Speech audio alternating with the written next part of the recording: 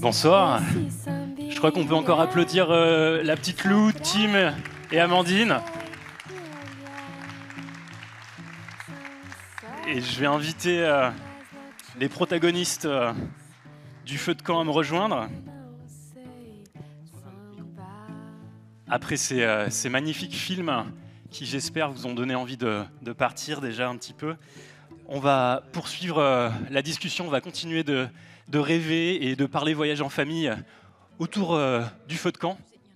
Alors imaginez qu'on vient de terminer tous ensemble une longue étape de montagne, on vient de dresser le bivouac, et puis sous la voûte étoilée, on va causer ensemble aventure à vélo. On est assez nombreux, ça fait un gros bivouac, mais sentez-vous à l'aise, on va pouvoir échanger. Et puis l'objectif de cette discussion, ça va être, dans la mesure du possible, de répondre à toutes les interrogations que vous avez, à toutes les questions qu'on se pose avant de partir en voyage à vélo pour la première fois avec des enfants. Pour alimenter la discussion, il y a donc les deux protagonistes et réalisateurs des films que vous venez de voir, Jeanne et Tim, et aussi Quentin, qui est chef de produit chez Decathlon.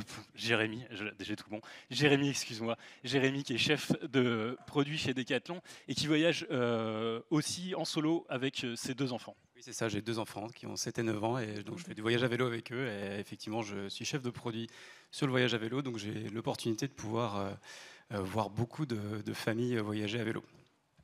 Très bien. Alors je précise, pour ceux qui nous suivent en ligne et qu'on salue au passage, n'hésitez pas à poser vos questions au fur et à mesure, on essaiera d'y répondre dans la mesure du possible. Et puis ensuite, il y aura un moment d'échange avec vous, le public. On vous donnera la parole à la fin de cette petite discussion, d'ici à peu près une quarantaine de minutes.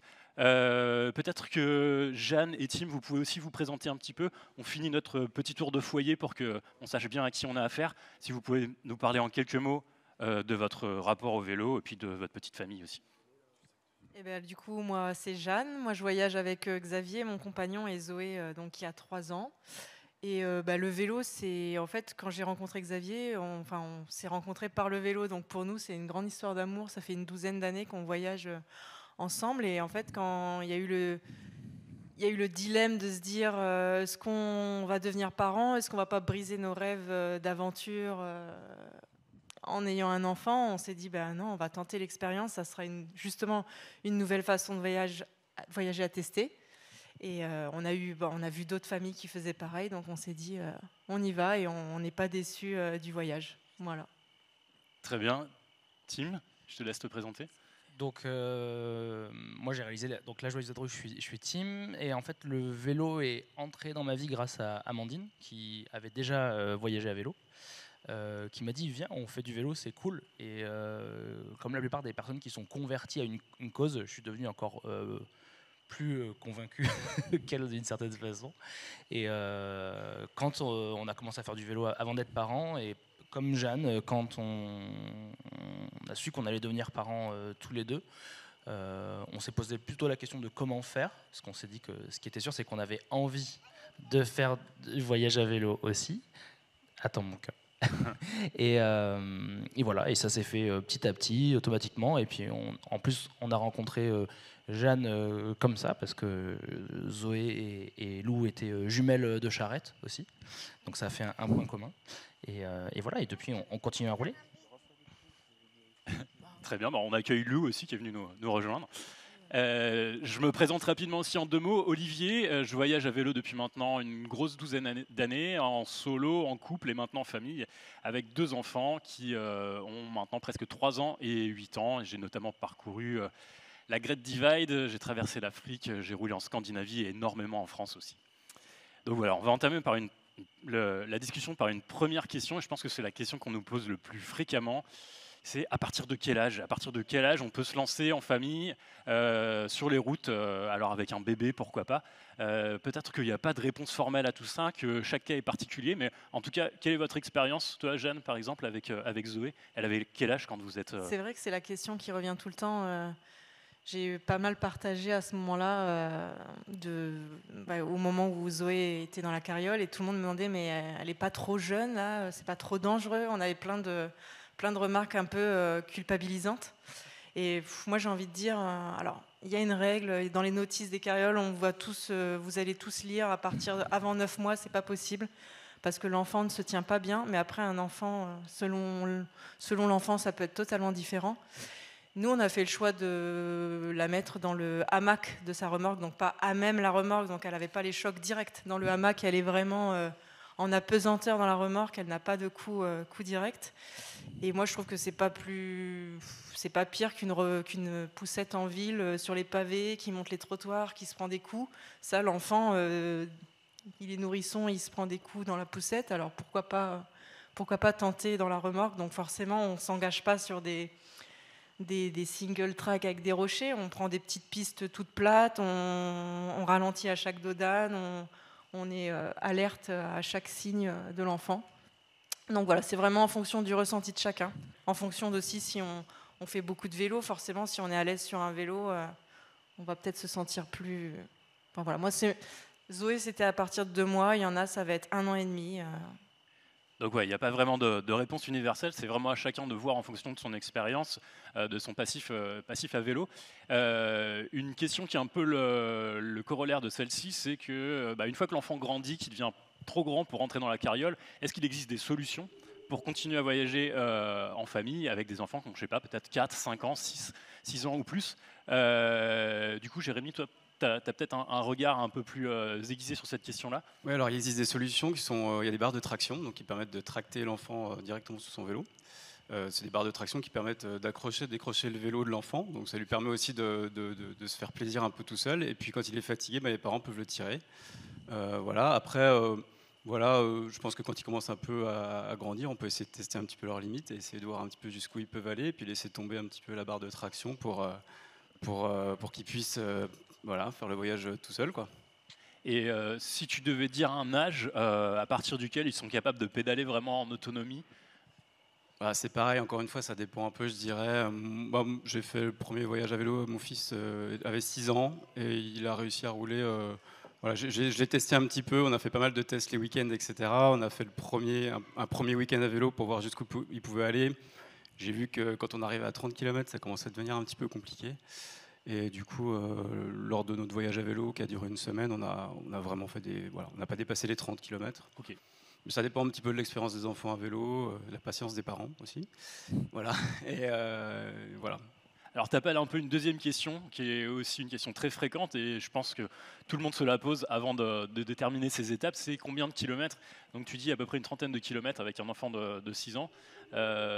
Mais Tim, toi notamment, tu abordes cette question durant le film. Il me semble que justement vous avez été amené à revoir un petit peu votre positionnement sur le kilométrage quotidien. Est-ce qu'il y a un kilométrage idéal déjà? Est-ce qu'il faut absolument se fixer une distance à parcourir dans la journée, quoi? Je crois que la chose qui est importante et nous on a découvert au travers du voyage qu'on raconte dans La Joyeuse Vadrouille, c'est qu'il faut un peu casser, si on est cycliste avant d'être parent, dans la chronologie, pas dans la priorité de l'état d'être, c'est que, en tout cas pour ma part, j'ai dû un peu casser ce truc-là de me dire quand je vais rouler en seul ou qu'avec Amandine sans Lou, on peut faire des journées de 50 à 150 km et du coup on a tendance à se raccrocher à cette référence-là, qui est celle qu'on connaît. Et ouais, la limite, comme le dit Jérémy, c'est la limite des enfants. Donc, on voit leur état de fatigue, on voit s'ils s'énervent, s'ils sont impatients. Et donc, nous, le parti pris qu'on a, c'est d'oublier le nombre de kilomètres maintenant, quitte à réfléchir petit. Et des fois, on peut avoir des bonnes surprises et rouler 50, 70. On l'a fait pendant notre voyage. Mais la technique de compter en temps, pour nous, ça a été quelque chose de cool parce que on sait qu'on a 1 heure où on peut rouler, faire une pause, aller au parc ou boire un coup, ou faire quelque chose où l'enfant peut aussi plus s'exprimer qu'être dans une charrette ou avec nous sur le vélo. Même si c'est amusant pour eux, ils ont aussi besoin quand même de faire autre chose, quoi. Donc ouais, plus parler en temps qu'en kilométrage, qui est au final une donnée qui est assez variable en fonction du contexte, du relief et tout ça. Sur le live, on nous demande d'ailleurs, pour toi Jeanne, est-ce que tu peux nous dire la différence de kilomètres qu'il y avait sur tes étapes entre la Vélodyssée et la traversée des Alpes ou des Pyrénées, où du coup le relief n'est pas du tout le même. Est-ce que ça s'est vraiment ressenti sur le kilométrage quotidien ? Oui, ça s'est ressenti sur le kilométrage, mais pareil, comme team, on fonctionnait en heures. En fait, Zoé était un petit peu plus petite que Lou lors de notre voyage, donc c'était plus facile. Je vais dire que quand un enfant grandit, plus l'enfant est petit, plus c'est facile parce qu'ils font de grandes siestes, et en fait, on se cale sur ces siestes. Du coup, on a l'impression qu'on roule beaucoup dans le film, mais en fait, Zoé dormait énormément, ce qui nous permettait de rouler en moyenne, on comptait 4 heures par jour. Donc, ce qui faisait, effectivement, on pouvait faire 70 km sur la Vélodyssée facile parce que c'est tout plat. Et dans les montagnes, c'était un col par jour. Donc, on arrivait en haut, on était tout contents et on attaquait la descente. Et voilà. Est-ce que c'est pas trop frustrant justement de se dire qu'on a consacré toute une journée à faire une ascension et Non. On prend, comme je le dis dans l'épisode sur la Vélodyssée, on se calque vraiment sur le rythme de l'enfant. En fait, notre but, c'est plus d'aller visiter des choses. Pour nous, c'est vraiment se concentrer sur elle et profiter de chaque pause pour effectivement l'observer et jouer avec elle. Alors, on reste sur l'itinéraire. Comment le planifier ? D'ailleurs, est-ce qu'il faut vraiment planifier un itinéraire ? Il y a quelqu'un qui nous demande là sur le live, est-ce que vous aviez prévu un itinéraire à l'avance ou au contraire, vous avez improvisé au jour le jour, vous vous êtes laissé porter un peu par la route, par l'aventure ? Moi, j'ai une anecdote à partager à ce sujet-là. Vas-y, raconte-nous. Quand on a entamé notre voyage, donc on s'est beaucoup préparé. Il y a l'impatience qui fait qu'on se projette beaucoup. Donc on se dit, les premiers jours, on va rouler. Donc nous, en fait, ce qu'on a fait, on a commencé par prendre le train de Bordeaux à Sarlat pour quitter la région qu'on connaissait. Et donc nous, on utilise beaucoup la plateforme Warmshower. Je ne sais pas si des gens connaissent dans la salle et dans le live, mais c'est une plateforme qui permet de l'hébergement entre cyclistes dans le monde entier. Et donc, nous, quasiment sur la première semaine, on avait contacté tous les Warmshowers en disant tel jour on sera là, tel jour on sera là. Donc on les avait prévenus qu'on serait là. Et en fait, au bout du 3e jour, voir des gens, c'est aussi fatigant, ça demande de l'énergie socialement, et on est finalement pas trop dispo pour les gens, pas trop dispo pour notre enfant. Donc là, on avait beaucoup planifié, et au final, avec le coup de fatigue, la petite remise en question, etc., on s'est dit, on prévient les gens, on sera pas là, que peut-être on viendra pas. Et les gens étaient hyper cool avec nous, parce qu'il y en a qui ont été hyper compréhensifs. Il y a des gens chez qui on a été une semaine plus tard. Et ça nous a un peu cassé ce truc-là de la planification, et on s'est dit, sur un voyage qui dure 2 mois, autant voir au jour le jour où est-ce qu'on sera. C'est pour ça qu'on a privilégié le camping notamment, et le camping sauvage. Et c'était un bon moyen en tout cas de faire un compromis et de pas trop se projeter dans le voyage et de plus le vivre au jour le jour aussi, que d'avoir toujours le calendrier en tête et de se dire il faut qu'on arrive à tel jour à Mende, etc., quoi. Est-ce que pour quelqu'un qui débute, une famille qui voudrait se lancer, vous auriez il y a un itinéraire type, je ne sais pas, pour passer un premier week-end en itinérance, alors peut-être une destination ou simplement un type de trajet qui est plus adapté que d'autres, Jérém ? Moi, je dirais que déjà, il faut essayer peut-être se tenter un voyage court autour de chez soi pour pas trop s'embarquer dans un truc trop compliqué. Aller plutôt sur des voies vertes, des voies cyclables, des endroits vraiment sécurisés, parce que c'est clair que quand on a un, même 2 enfants ou 2 enfants, de les voir un petit peu partir un petit peu dans tous les sens, c'est quand même une source de stress. C'est déjà assez stressant de faire son premier voyage à vélo, et puis voilà, commencer avec un week-end sur des voies peut-être même qu'on connaît déjà, et puis après se lancer sur des 3 jours, 4 jours, etc., une semaine. Il y a beaucoup de voies cyclables en France qui sont superbes un peu partout. Je pense qu'il y a vraiment de quoi faire. À titre perso, quel a été votre premier itinéraire, Jeanne ? Tu te souviens de ta première itinérance ? En tout cas, tu as sorti plus d'une journée avec Zoé en famille, ouais. En fait, Zoé est arrivée. C'est vrai que c'était plein Covid et sortie de confinement, et du coup, en fait, on n'a pas pu trop tester justement tout ce qui est. En tout cas, l'itinéraire en lui-même, c'était dans la Drôme provençale. Okay. Mais on n'avait pas pu tester la nuit sous la tente parce qu'il y avait le couvre-feu. Et en fait, on ne savait pas, c'était un peu encore ambigu, savoir si on pouvait dormir dehors. Donc vraiment, la première expérience de Zoé sous la tente et de grand voyage, c'était son grand voyage de 3 mois. Voilà. Donc c'était un peu un coup de poker la première nuit. On s'est dit, ça passe ou ça casse. Et ça s'est très bien passé et ça a continué. Pour finir sur cette question de planification des itinéraires, est-ce que vous utilisez une application spécifiquement ? C'est une question qui nous vient du live. Est-ce que vous avez une recommandation là-dessus à faire ? Je ne sais pas si vous êtes usager, coutumier de quelque chose, si vous voulez balancer des Il y en noms, a garder plusieurs secret. en fait. Je pense que ce qui est bien, c'est de faire un mixte d'un peu de tout, d'aller fouiner dans les cartes hygiène papier, d'aller aussi. J'aime bien Komoot parce qu'il y a des photos d'utilisateurs. Donc des fois, quand on a une remorque, moi je sais qu'on a fait un voyage en Suisse récemment. Et la veille de partir, j'ai modifié plein de trucs. Parce que au dernier moment, j'ai regardé Komoot et j'ai vu des photos d'utilisateurs dans des pierriers hyper impressionnants à 25%. J'ai fait on va pas passer là. Donc Komoot, c'est pas mal pour ça. Et les cartes papier et IGN et OpenRunner utilisent IGN et j'aime bien OpenRunner pour ça aussi. Voilà. Il y a aussi toutes les Eurovélos ou même toutes les voies vertes de France ont quasiment tous leur site internet où on peut directement télécharger le fichier GPX et le récupérer, le mettre dans son GPS ou même le suivre sur son téléphone. C'est quand même super bien fait. C'est découpé par petites tranches avec des explications sur ce qu'on peut y voir, y faire, et c'est aussi pas mal. Et il y a aussi un bon site qui regroupe toutes les véloroutes de France qui s'appelle France Vélo Tourisme. Oui.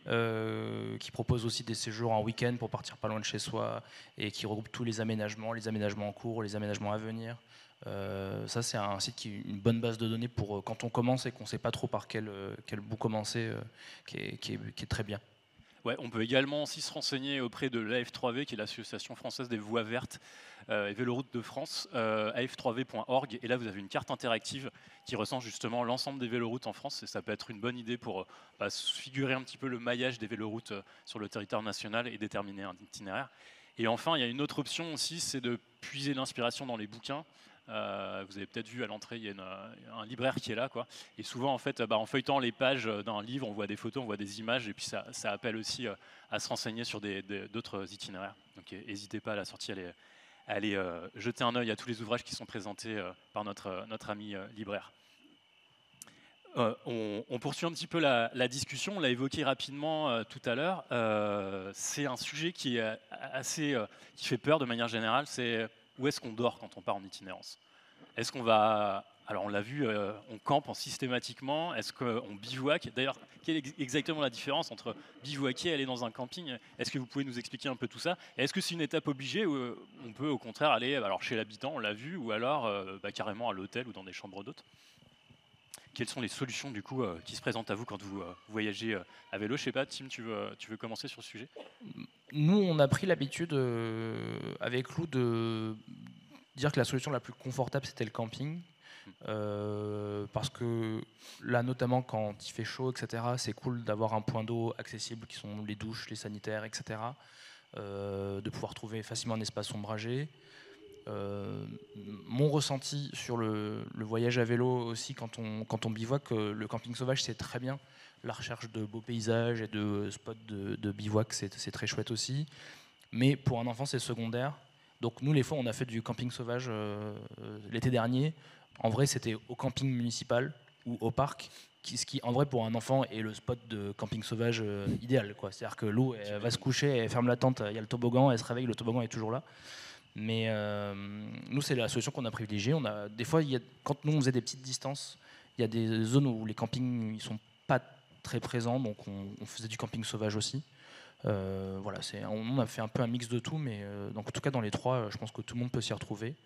Et le camping, c'est aussi la solution pour les gens qui n'osent pas faire du camping sauvage ou du bivouac et qui n'ont pas forcément les moyens de prendre un hébergement dur. Le camping, ça reste la solution qui est économique et accessible, je pense, au plus grand nombre. Vous êtes d'accord tous les deux? Ouais. Moi, je rejoins totalement. On a la même façon de voyager que Tim. On est plutôt à mixer les deux, sachant que nous, on a deux envies différentes. Lui est plus camping pour le confort de la douche, etc. Et okay. Moi, je suis plus axée pour la beauté du lieu, l'aventure, etc. Mais du coup, on a trouvé un bon équilibre à faire les deux, et aussi on aime bien aussi, ça nous arrive quand on est vraiment après voyageant en France, on n'a jamais eu de soucis, il y a des campings partout, mais si à un moment on était en galère, on n'a pas hésité à sonner chez les gens pour demander un peu l'air de rien, est-ce que vous connaîtriez pas un endroit où on peut poser la tente? Et généralement, on est agréablement surpris. On se voit ouvrir la porte du jardin avec un grand sourire. Forcément, avoir un enfant avec soi, c'est un vrai sésame pour avoir des rencontres de ce type. Et je pense que le camping, c'est aussi pratique par rapport au bivouac lorsqu'on est sur des voies cyclables qui sont assez fréquentées. Parce qu'en général, c'est assez compliqué de faire du bivouac sur ces voies cyclables-là. Lorsqu'on est en pleine nature, là, c'est plus pratique. Et j'ajouterais qu'après, enfin, de toute manière, c'est un peu comme ce qu'on dit depuis le début, c'est un petit peu chacun son envie. Enfin, le voyage à vélo, c'est vraiment la liberté, donc faut pas se mettre trop de freins. Vous pouvez très bien faire du voyage à vélo en famille et dormir dans des hôtels ou dans des gîtes. Ça permet aussi de faire des rencontres et puis ça permet aussi de voyager un peu plus léger. Si vous avez peur de voyager, d'avoir trop d'affaires, le fait de voyager en gîte ou en hôtel permet de se délester un petit peu d'affaires. Oui, Jeanne, ouais. C'est vrai que souvent on nous demande le bivouac sauvage, ça fait peur. J'ai des fois des questions on me demande avec un enfant, vous n'avez pas trop peur? J'ai une petite astuce, on a pu expérimenter récemment. Si vous avez peur, partez un week-end avec des amis. Vous êtes entouré avec 2-3 tentes et ça va tout de suite vous rassurer. Si ça peut être un premier test, un premier conseil, partez pas tout seul, partez avec des copains et vous allez voir que tout va être hyper naturel, fluide. On va être beaucoup moins stressé. On va se sentir entouré. Et je rebondis également, mais le camping ou l'hébergement en dur, la chambre d'hôte ou éventuellement l'hôtel, c'est aussi une solution pour tous ceux qui voyagent en vélo assistance électrique parce qu'on peut voyager en VAE, de trouver une prise de courant et pouvoir recharger les batteries pour poursuivre son périple le lendemain. Donc ça peut être adapté aussi dans ce cas-là, quoi. Une petite question qui nous vient d'Internet, c'est une remarque d'abord qui se transforme en question. Les films sont magnifiques, deux positionnements et manières de faire différentes. Une question, quelles sont les motivations des deux réalisateurs de filmer et de partager cette expérience familiale? Qu'est-ce qui vous a motivé déjà à rendre compte, à relater en fait votre expérience? Peut-être un peu la même chose qu'aujourd'hui en fait. Pourquoi est-ce que vous êtes là ce soir pour partager? Comme tu veux, si tu veux commencer. Alors, en fait, depuis une dizaine d'années qu'on voyage tous les deux avec Xavier, j'ai pris l'habitude de faire des petits films. Vraiment pour expliquer les paysages qu'on voyait, donc vraiment pas une approche, je vais dire entre guillemets humaine. En fait, c'était juste vraiment montrer des paysages, donner envie de découvrir telle ou telle région. Et puis du même principe que le dilemme sur la parentalité, je me suis dit, est-ce que je continue avec Zoé? Donc je suis restée sur cette même lignée de vouloir montrer des beaux paysages, mais de montrer que c'est possible de continuer à vivre ses rêves, même avec un enfant. Donc même si on est amoureux de grands reliefs et voilà, c'était montré que c'était quand même possible. Donc c'est plus une approche, on va dire, contemplative. Et même si on a essayé de partager quelques moments rigolos, des petits clins d'œil tout au long des petits épisodes. Je crois que c'est très réussi. Enfin, en tout cas, ça m'a donné envie de repartir. J'espère que c'est le cas aussi pour vous. Et Tim, du coup, tu peux nous en dire un peu plus? Alors, il y a plusieurs raisons qui font que j'ai fait ce film-là. D'une part, mon métier, c'est réalisateur, donc c'est mon métier de faire des films. Et ensuite, l'an passé, j'étais donc ambassadeur chez Riverside. Et quand les équipes de Riverside ont eu vent de notre projet de partir 2 mois à vélo, ils se sont dit nous, ça pourrait être cool de soutenir un projet de voyage en famille. Donc l'idée est venue un peu d'elle-même. Et ensuite, dans le film, ce que surtout j'avais envie de raconter, la manière de le raconter, c'est que j'avais vraiment envie de faire un film qui raconte la coulisse d'un voyage. En fait, c'est vraiment il y a ce qui se passe, les paysages, etc. Mais au final, c'est propre à chacun et à son expérience et à son appétence pour tel relief, etc. Et derrière, j'avais envie de montrer comment est-ce qu'on vit le quotidien, comment est-ce qu'on gère une difficulté, comment est-ce qu'on se remet en question à des moments. Donc c'était l'envie de porter un témoignage qui était notre expérience, que des gens puissent se l'approprier et surtout que des gens puissent au final avoir envie de se mettre à faire du vélo, parents ou pas. J'ai essayé d'avoir un discours assez universel dans la manière de raconter l'histoire du voyage. Le but, c'est de mettre les gens en selle, quel que soit leur profil, quelle que soit leur expérience passée. Exactement. Une question qui est directement liée à celle-là, sur le matos que vous emportez, le matos de prise de vue en fait. Quand on est limité par le volume, par le poids, comment est-ce qu'on fait pour apporter des images aussi belles que ce que vous avez fait tous les deux avec, j'imagine, pas une équipe de tournage qui vous suit, un matériel assez réduit en fin de compte, quoi. Oui, alors en plus, du coup, j'ai vu que de votre côté, il y a eu 2 personnes qui filmaient. Vous étiez tous les deux à filmer, c'est vrai. Et ça, c'est pas mal d'avoir les 2 points de vue.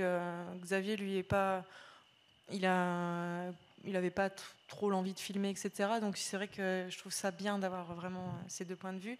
En termes de matériel, on fait léger. En fait, moi, je pars, j'ai un seul objectif qui est un zoom assez polyvalent. Et après, pour filmer, je prends des choses assez miniaturisées. Tout le monde connaît la caméra embarquée GoPro. Donc vous avez dû voir toutes les images en roulant, c'est des images en GoPro.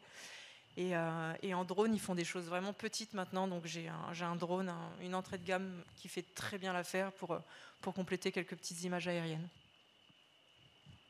J'ai rien à rajouter. T'as rien à rajouter de particulier. On utilise à peu près la même configuration, Jeanne et moi. Donc.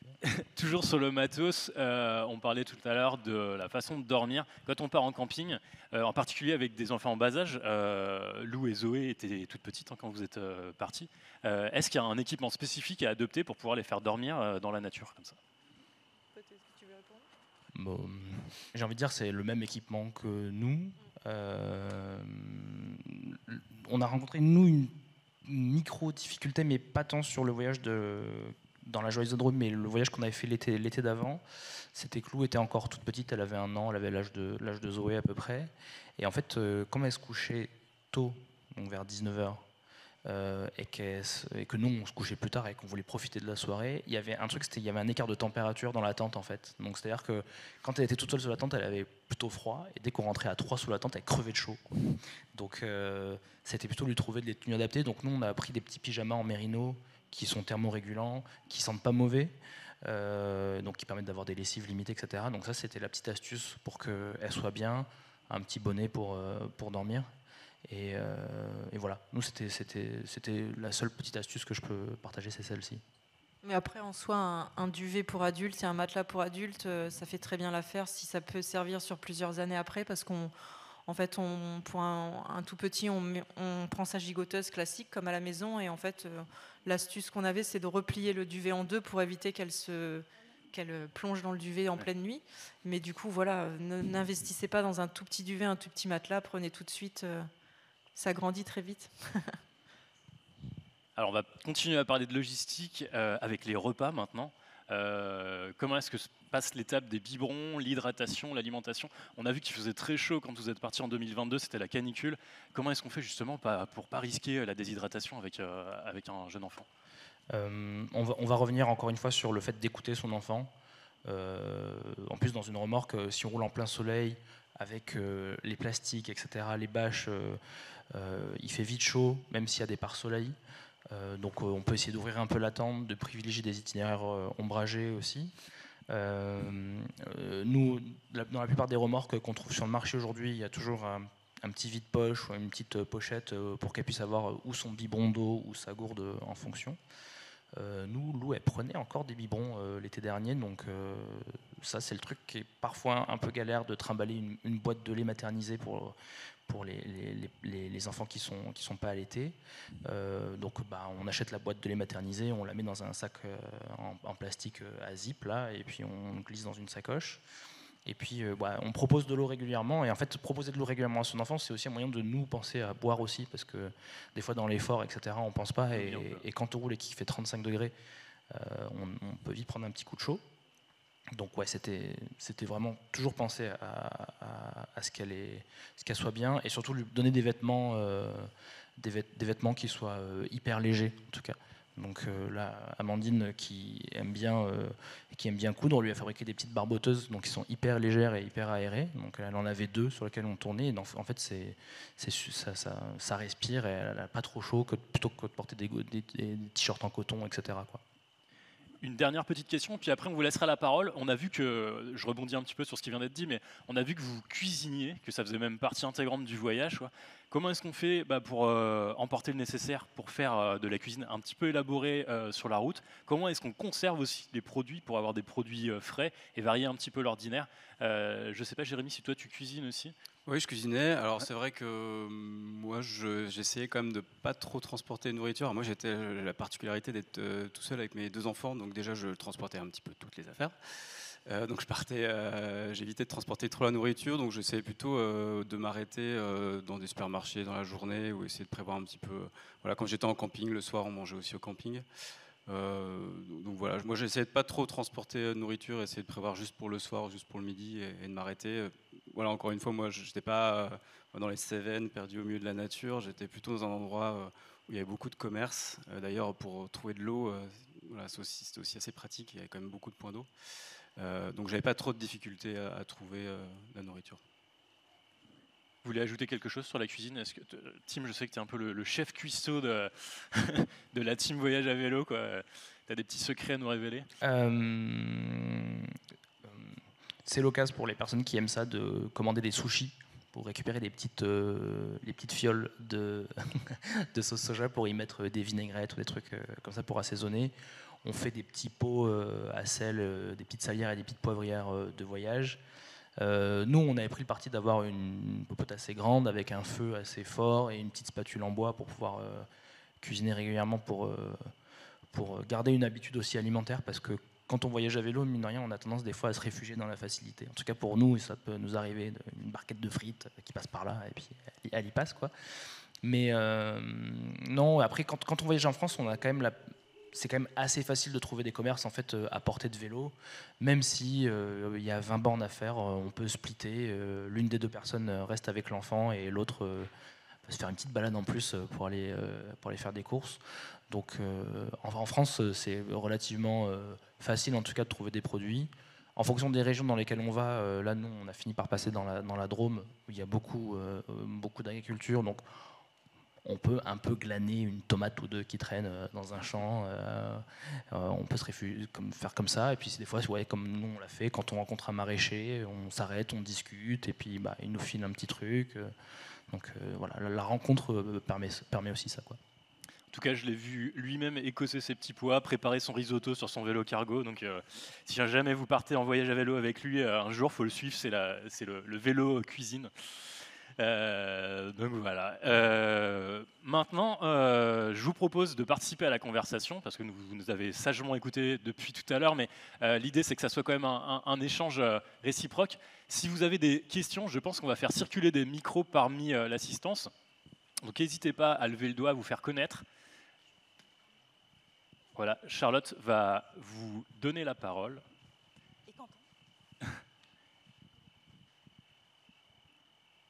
Alors nous, on a les projecteurs face à nous, donc on ne vous voit pas très bien, mais soyez pas timides, hein. N'hésitez pas à venir nous rejoindre auprès du feu pour poser votre question. Oui, merci, bonjour. J'avais des questions en fait au niveau du bivouac. Je me demandais quelles étaient les règles que vous étiez fixées pour trouver un bon spot de bivouac, si vous aviez des règles. Voilà. Le secret pour dénicher le spot de bivouac. Alors, Jeanne, est-ce que tu as une technique particulière? Je crois qu'on laisse beaucoup le hasard faire les choses. On n'a pas vraiment d'astuces miracles, on va dire. Pas forcément un peu éloigné des villes. Nous, on aime bien être quand même. C'est paradoxal, mais du coup, on aime quand même être pas trop loin d'un village pour avoir à proximité un cimetière. Donc, généralement, il y en a un qui se pose avec Zoé et installe le campement, commence à faire toute la logistique du soir. Et généralement, moi, je vais faire un aller-retour au cimetière, ce qui permet d'être quand même un petit peu éloigné pour chercher de l'eau. Voilà. Précisons. C'est vrai que ça peut. La précision est importante. Donc il y a plein de jerrycans possibles pour emporter son eau, et dans la journée, ça fait quelque chose qui est plié, qui prend pas de place dans ses sacoches. Et voilà, c'est la petite astuce. J'ai un petit truc qu'on a remarqué avec Amandine en voyage, c'est quand on s'arrête pour dormir ou pour manger, souvent on s'arrête vite parce qu'on a envie de s'arrêter. Et quand on repart, on roule 5 minutes, on se dit « Oh là, c'était ouf !» Donc des fois, vous ne laissez pas porter par la flemme, parce que là, ça a l'air à peu près correct. Des fois, ça vaut le coup, quitte à revenir en arrière, de pousser un petit peu plus pour ne pas être déçu le lendemain matin. C'est vrai. Véridique. On a une autre question ici, au fond, je vous fais signe. On t'aperçoit dans le fond, ouais. On vous écoute. Bonsoir à tous. Du coup, ma question, elle pose plus sur l'hygiène et le popo des jeunes enfants, en fait, comment c'était géré au niveau des déchets. des déchets, des couches peut-être Des aussi. cou- ouais, C'est une question qui revient assez souvent. Mais Ouais, après, effectivement. voilà, il y a 2 teams. Je sais pas quelle était la tienne avec Amandine, mais nous, on était team couche, pas couche lavable justement, Jetable. et jetable parce que le soir, on voulait pas passer du temps à laver les couches. On voulait vraiment. Zoé était souvent en sieste la journée. On voulait vraiment profiter d'elle le soir. Donc nous, on était team pas cuisine et team pas couche lavable. Donc alors certains vont dire c'est pas écologique, mais bon après faire bouillir de l'eau, souvent comme on était en bivouac sauvage, faire bouillir de l'eau pendant des heures pour essayer de faire des légumes en purée pour Zoé ou alors de laver les couches, c'est pas forcément écologique non plus. Donc nous on a pris plutôt le parti de faire simple et rapide pour vraiment profiter du voyage. Voilà. Alors, est-ce qu'il y a la team couche lavable? Non. Non. Merci. Aussi jetable. Toi, Mais après, Jérém, du coup, tu n'as pas expérimenté les couches. Mais c'est vrai que c'est très chouette de voir j'ai les remorques à l'arrière avec les couches lavables qui sèchent. Ça fait un sacré convoi. On voit beaucoup les remorques comme ça à l'arrière avec le linge étendu et tout qui sèche. Donc bravo, respect aux parents qui font ça. Nous, on n'est pas passé par ce stade-là et là, nos filles, C'est fini. c'est fini. Voilà. Alors, est-ce qu'il y a d'autres questions parmi vous? Ou est-ce que... Je vois qu'il y a une main qui se lève par là. Bonjour, bonsoir. Merci déjà pour ces super reportages. Alors, avec un enfant, j'ai aussi pratiqué, j'en ai 2. Et en termes d'organisation, ça me paraît beaucoup plus compliqué. Donc, sans carriole, 2 enfants, mais aussi 2 fois plus de matériel, 2 fois plus de vêtements, 2 fois plus d'organisation. Et aujourd'hui, ça peut être un frein pour moi. Je voulais avoir quelques conseils justement pour lever ces freins et repartir avec les 2 enfants. Toi, Jérém, peut-être en tant que papa solo, comment tu gères? Alors moi déjà j'en ai 2, mais ils sont grands, donc ils font du vélo tous les 2 déjà. Je suis vraiment parti avec le strict minimum. J'ai même oublié un matelas d'ailleurs. Donc on peut dormir à 3 avec 2 matelas, ça c'est bon à savoir. Et je suis parti vraiment avec le strict minimum. Je me suis dit bon allez, ça va le faire quoi. Je me suis pas trop posé de questions et ça va en fait. Finalement les enfants ils n'ont pas besoin de grand chose. Enfin à l'âge de mes enfants ça va. Et voilà, je pense que ça dépend vraiment de l'âge aussi. Hein. C'est vrai que quand on commence à avoir peut-être un enfant qui roule peut-être pas, c'est peut-être plus compliqué. Mais à partir du moment où ils avaient leur goûter dispo tout le temps, tout allait bien. Une tente pour 3, c'est... Ah oui, pardon. Alors moi une tente pour 3, c'est possible. Ouais, j'avais une tente de 3 pour 3, du coup 2 matelas pour 3. 3 sacs de couchage. On échangeait là-dessus tout à l'heure. J'avais 2 sacs de couchage enfants qui prennent quand même beaucoup de place, donc ça m'a pris beaucoup de place à refaire. Je pense que j'investirais dans des matelas de trek vraiment plutôt pour adultes, mais vraiment très compacts, parce que ça me prenait beaucoup de place. On dormait tous les 3 dans la même tente, c'était rigolo.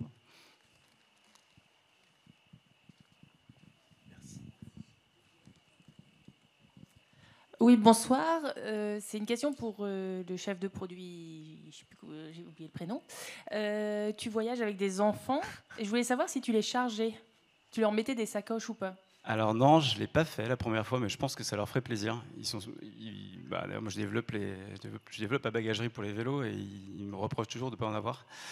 Ils sont super contents d'avoir leur petite sacoche, etc. Et je pense que la prochaine fois qu'on en fera, je les chargerai léger, quoi, mais juste pour qu'ils puissent participer, le sentiment de participer. Et je trouve que c'est aussi un truc qui est cool dans le voyage à vélo avec les enfants, c'est qu'ils ont envie de participer, monter la tente avec eux, c'est trop cool, ils adorent.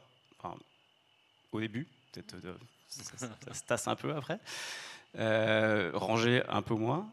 Mais ouais, je pense qu'il faut le faire, et puis il faut le faire pour pas, en s'adaptant à leur âge et à ce qu'ils sont capables de transporter, mais ils adorent ça, quoi.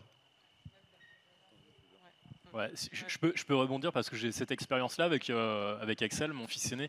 L'année dernière, on est parti entre Saint-Étienne et Dijon et justement, il avait formulé cette demande d'avoir des sacoches. Donc, je lui ai mis des sacoches avant sur son porte-bagages arrière.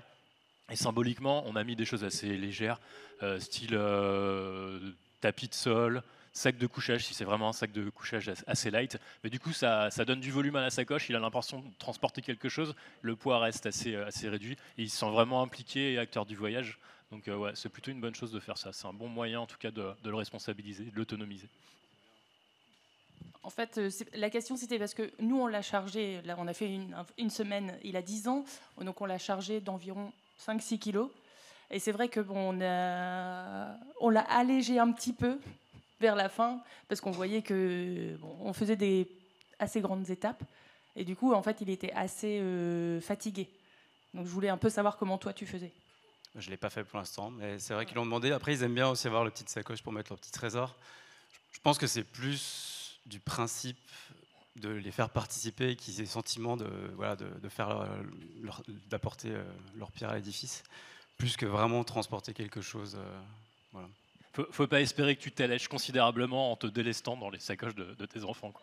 Mais c'est vrai qu'on est plus dans l'ordre de la symbolique, quoi. Mais moi, je sais qu'il était vraiment, vraiment fier en fait de ça, d'avoir ses sacoches. Et puis le soir, il fait comme maman, comme papa, il enlève aussi ses sacoches, il sort son matelas, il gonfle son matelas. Donc c'est une manière, oui, de le rendre pleinement acteur du voyage aussi, quoi. Je vais compléter pour une question complémentaire. Sur le film de Jeanne, on n'a pas vu une seule voiture. Donc je suppose que c'est un parti pris de film. Par contre, du coup, la question que j'avais, c'est sur le parcours, vous étiez quasiment sur des voies vélo ou c'était juste la restitution? Alors, il y a peu de voitures, parce qu'effectivement, j'ai pas filmé les voitures, mais on n'en a pas beaucoup croisé, parce que à part la Vélodyssée, qui est un itinéraire balisé, le reste du temps, j'aime beaucoup passer du temps dans les cartes. Et donc j'ai essayé de trouver au maximum des itinéraires bis, vraiment où il y a très peu de voitures, donc des pistes ou alors les petites routes blanches qu'on retrouve sur les cartes. Et effectivement, véridique, on a croisé peu de voitures, à part dans les Alpes, effectivement, où cette traversée, on avait prévu au départ de la faire sur justement des voies un peu gravel, un peu éloigné, et on a vite cassé des rayons avec le chargement. Donc c'est pour ça qu'on a rebasculé sur la fameuse grande route des Alpes. Mais c'était assez difficile comme ça, donc on est quand même content d'être passé par là. Mais effectivement, voilà, je trouve que faire un itinéraire, passer du temps, alors c'est bien de laisser le hasard des choses et des fois pas préparer d'itinéraire, mais avec des enfants, je trouve que c'est quand même important d'avoir un peu le nez dans les cartes pour pas se retrouver vite sur des nationales ou des itinéraires routiers. Donc nous, notre itinéraire, il est toujours il est fait, il est libre d'évoluer, mais après on n'a rien de réservé, mais en tout cas l'itinéraire souvent est bien acté, comme ça on a juste à se concentrer sur profiter du moment.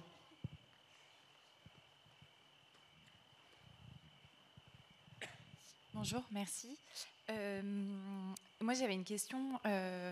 On prévoit un voyage avec nos filles, mais on n'a pas de carriole. Et du coup, l'objectif, ça serait de mettre sur un siège bébé. Elle a 1 an. Et on se pose la question de si vous aviez rencontré des gens qui faisaient ça. Donc voilà. Après, j'ai une autre fille qui a 3 ans et demi. Et là, pour le coup, on fait le follow me. Enfin, elle pédale derrière, quoi. Donc voilà. Merci. Partir en voyage avec un siège enfant et sans carriole, est-ce que c'est quelque chose que vous avez déjà rencontré? Ouais, nous, la famille qu'on voit dans le film, donc Boris, Charlotte et Timon, qu'on a croisé un peu avant Mende, leur petit qui avait 3 ans, eux, ils étaient en siège bébé. Voilà, classique, ils avaient bricolé une sorte de parasol avec... c'est les parasols de sacs de rando. Je ne sais pas si vous voyez un peu ce que c'est, mais en gros, ils ont bricolé ça et ils faisaient leur journée avec. Eux, ils ont fait le tour des Monts d'Aubrac avec leur fils et il avait l'air très content de faire ça aussi parce qu'il faisait même pas la sieste, lui, l'après-midi, quoi. C'est vrai qu'1 an et demi, j'ai jamais vu moi personnellement sur un grand voyage à vélo. Parce que je pense que la position pour les siestes n'est peut-être pas idéale. Je trouve que c'est...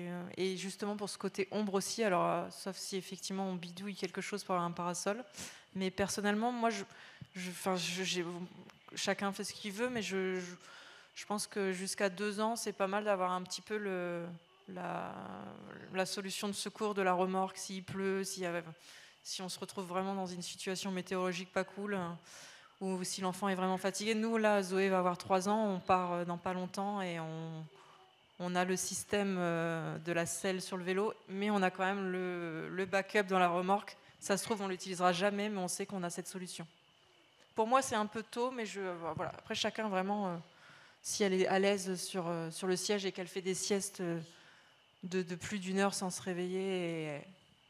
Moi, si je peux me permettre de compléter, on a fait aussi, et l'avantage dans ce que tu dis, c'est ce qui a été évoqué par un de vous, c'est les biberons ou les bouteilles d'eau dans la remorque, et aussi peut-être un petit livre, des petits jeux pour l'ennui, parce que c'est pas que le trajet à vélo, c'est aussi l'occupation de l'enfant. Il y a ça aussi, c'est que les jouets, au moins, ils sont dans un espace un peu clos. Et nous, je sais si on a déjà voyagé avec le siège arrière, on ramassait le doudou tous les kilomètres. Donc ça peut devenir un peu fatigant à un moment donné. Ouais. Et ça peut être complémentaire du coup, et en particulier avec le genre de dispositif qu'on voit sur ton vélo, Tim, là, de selle qu'on peut prendre sur le cadre et qui permet de participer vraiment, de faire participer l'enfant au pilotage et puis de discuter en cours de route. Ouais, nous ça a été vraiment un tournant dans le voyage en fait quand Amandine l'a déposé sur la sacoche de Top Tube qui était la sacoche Riverside du coup, qui est suffisamment rigide pour porter un enfant de 12 kilos donc. et c'est vrai que ça en fait elle est devenue partie prenante du voyage et maintenant elle réclame que ça, donc là c'est un truc un peu bricolé, voilà, non, des dignes représentants du Schlagistan comme j'aime bien dire. Donc ça fonctionne pour ça. Sur le pilotage, néanmoins, il faut quand même faire attention parce que des fois, Lou, elle prend un peu la confiance et puis elle a envie de mettre un petit coup de guidon. Donc faut être vigilant, faut sentir un peu quand elle a ses mains sur le guidon, si elle commence à mettre un peu de force, on se dit qu'elle peut vite nous envoyer dans le décor. Mais ouais, en tout cas, pour Lou, en tout cas aujourd'hui, être sur la selle, c'est on discute sur le vélo, elle chante, elle regarde des vaches. Enfin, ouais, c'est un truc où elle est vraiment dans le voyage, plus derrière la charrette. Où en plus elle est plus près du sol, donc elle voit moins les choses. Donc quand nous on voyait quelque chose qu'on lui montrait, c'était frustrant parce qu'elle le voyait moins. Là, elle le voit hyper bien et c'est un régal pour elle, quoi. En fait, c'était un peu ça notre question et la raison pour laquelle on ne voulait pas la mettre dans la carriole. C'est toujours nous. Non, on avait peur qu'elle s'ennuie en fait dans la carriole et c'est pour ça qu'on ne voulait pas le prendre. En fait, on a un peu menti, on en a une. Et avec la première, avec le début du Covid, le premier confinement, on l'avait pas mis dedans pendant 2 mois. Et après, elle voulait plus jamais rentrer dedans. Et donc, finalement, on l'utilisait plus du tout, quoi. Après, c'est une question, ouais, je sais pas. C'est une question d'habitude. Moi, je trouve que, pour notre part, Zoé, elle a vraiment fait de la remorque sa chambre. En fait, c'est vraiment sa petite tour d'observation. En fait, elle a vraiment, ce que j'aime souvent dire, c'est qu'elle a vraiment fait de la contemplation une occupation pour elle. C'est un écran géant naturel qui défile. Et j'aime bien dire cette phrase. C'est vrai que c'est. Et de notre côté, ça s'est toujours bien passé comme ça. Après, voilà, il faut écouter son enfant. Il ne faut pas rouler plus d'1 heure. Il faut faire des pauses régulières. L'ennui n'a jamais été un frein. Après, on l'a habituée petite et on en a fait beaucoup tout le long depuis qu'elle est toute petite, donc peut-être que ça a joué, je sais pas. J'ai pas trop si en astuce, voilà, il n'a pas hésité à mettre des objets qui lui sont familiers à l'intérieur, son doudou, son biberon, plein de petits jouets. Tu voulais ajouter quelque chose? Ouais, juste nous cet été sur le voyage, donc c'est la chaleur qui nous a fait nous rendre compte de ça. Mais du coup, on roulait que le matin, par exemple. Donc même dans sa charrette, elle y était que le matin. Donc je pense qu'à 1 an et demi, votre enfant doit encore faire des siestes le matin. Mais en tout cas, donc je parle pour le siège bébé. Mais en fait, il y a cette possibilité-là aussi de rouler que le matin, de se poser l'après-midi, de trouver un camping, un spot de bivouac. Ou même de juste se poser pour l'après-midi et de rouler 10 ou 15 km en fin de journée. On monte la tente vite fait, nous on avait le même modèle que celle-là, donc on montait juste la petite toile de tente, on la laissait ouverte pour qu'il y ait un peu d'air, elle faisait la sieste dedans, et quand elle se réveillait, on prenait un goûter, on repliait la tente et on repartait. Il y a cette possibilité-là aussi pour les siestes.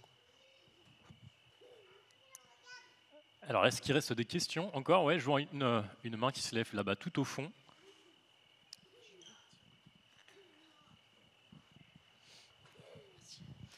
On a fait le choix de partir à vélo cet été, donc on a 3 enfants.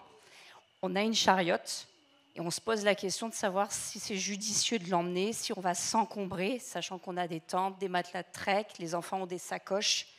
Voilà, est-ce que c'est à prendre ou à laisser à la maison? Tous les enfants pédalent? Oui, oui. Ça, ouais. Oui, on part de 12, 9 et 7 ans. Oui, alors effectivement, moi, c'est un peu la tranche d'âge de mes enfants. Je pense qu'effectivement, c'est pas forcément utile maintenant de partir avec une remorque à cet âge-là. On peut assez facilement répartir l'ensemble du matériel dans toutes les sacoches qu'on peut porter sur un vélo. Ça peut être aussi le moment de mener une réflexion sur le matériel qu'on souhaite emmener. Je pense que la carriole, elle va plus vous handicaper qu'autre chose maintenant. À mon avis, le moment est venu de voyager sans. Mais ce n'est que mon avis. Ils font des remorques très légères, hein, pas besoin de prendre une remorque enfant. J'ai vu récemment, je ne pourrais pas citer la marque, mais c'est une planche et on fixe une espèce de gros sac. Je ne sais pas comment. Non, c'est pas une bob, mais c'est le même genre, mais en très léger, juste une petite planche en bois et c'est tout terrain. Donc je pense plutôt pas emmener sa remorque familiale, mais trouver d'occasion ou investir dans une toute petite remorque plus légère. Merci. Oui, effectivement, la remorque, ça peut être aussi un moyen de transporter du matériel, du cargo. C'est une solution qui est adoptée par certains voyages à vélo. Il y a un peu une team remorque contre une team sacoche. C'est vrai que la team sacoche m'a l'air un petit peu plus fournie quand même que la team remorque, mais dans certains cas de figure, ça peut justifier d'utiliser la remorque, effectivement. Alors, est-ce qu'on a encore d'autres questions? Ouais, une dernière peut-être.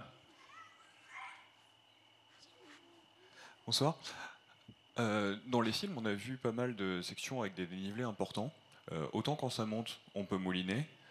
Pourtant, quand ça descend, avec le poids de la chariote, comment on fait pour gérer ça? C'est-à-dire le freinage Ouais, est-ce qu'on n'est pas un peu entraîné par le poids de la charrette dans le vélo sur les dénivelés qu'on a vus, les routes dans les Alpes, les virages, tout ça? Il y avait même une portion où vous avez été jusqu'à 70 km/h. Non, les freins. Tu me parlais de ne pas finir dans le décor. Ils sont maltraités, ouais, effectivement. Nous, on a déjà eu des soucis de frein plusieurs fois. Et on a changé les plaquettes plusieurs fois sur le voyage. Ça demande beaucoup effectivement, de garniture sur les plaquettes. Donc là, pour le coup, les freins à patins sont à proscrire, à mon sens, si on part sur des itinéraires à fort dénivelé. Ouais. Et vraiment pas hésiter à mettre sur le paquet sur des freins. Moi, je sais que mon copain avait upgradé vraiment les disques parce qu'on savait que c'était un itinéraire quand même un peu engagé en descente. Donc c'est un peu la sécurité de nos enfants. Donc on a tout changé sur le vélo au niveau du freinage. Ouais.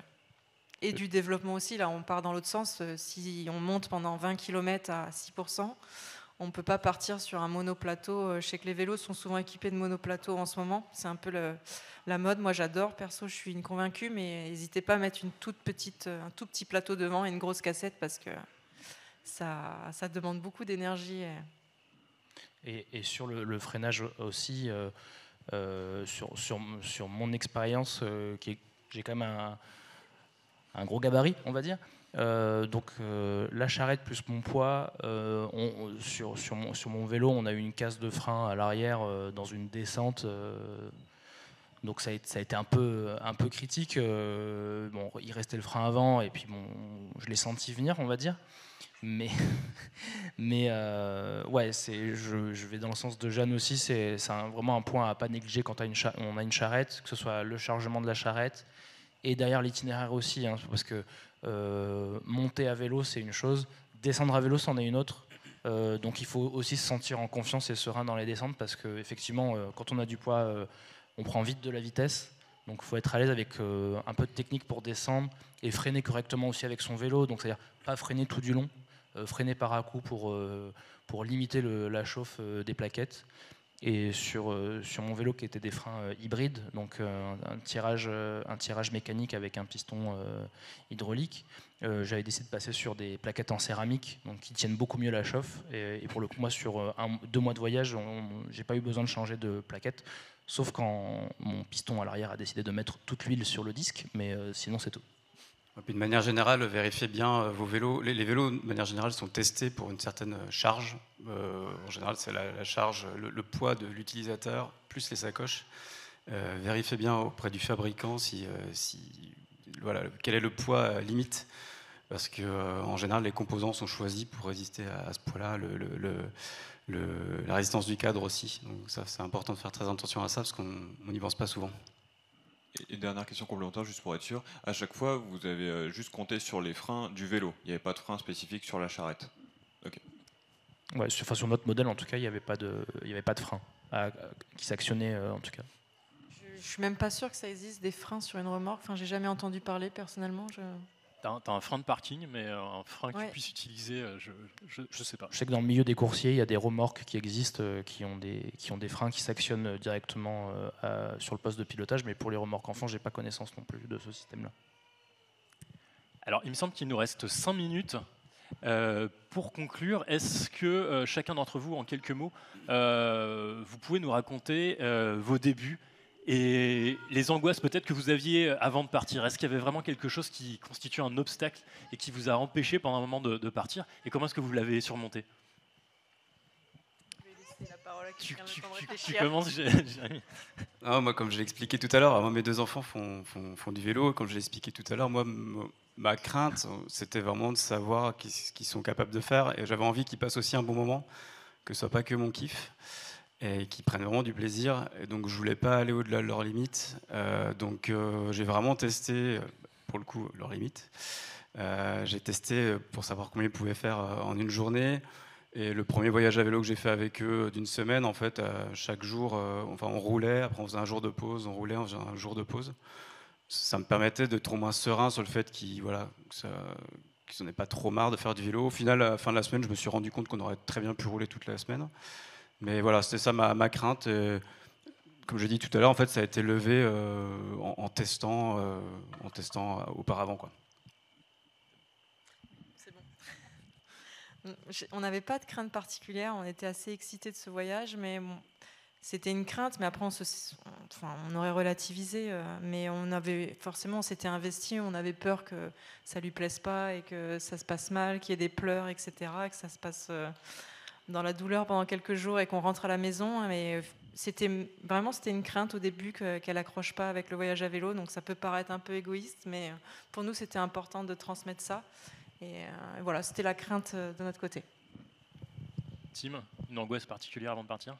Alors, nous, on a eu notre truc, on va dire, à nous, c'est qu'Amandine et moi, on est des gros dormeurs, on aime bien dormir. Donc, on a un peu eu peur que les nuits sous la tente soient un peu compliquées. Et au final, on se rend compte que plus nous, on lâche prise et moins nous, on est stressé ou tendu, plus les enfants suivent. Il y a eu des soirs où c'était compliqué parce que l'un de nous deux était stressé. Notre premier soir de camping sauvage, c'était un endroit un peu pas ouf. Et moi, j'étais un peu frustré que l'endroit soit pas ouf. Et on y arrivait tard, il faisait chaud et j'ai planté la tente au bord de l'arrosage automatique. Donc j'étais saoulé. Et en fait, ce soir-là, Lou, elle a eu du mal à dormir parce qu'il y avait de la tension dans l'air, etc., quoi. Donc nous, notre moyen de lever ces craintes-là, c'est de se dire, OK, on se fait confiance, on fait confiance à Lou. Et si on est serein, Lou, elle va le sentir et ça va aller pour le sommeil, quoi. Donc ça nous a appris à lâcher prise, justement.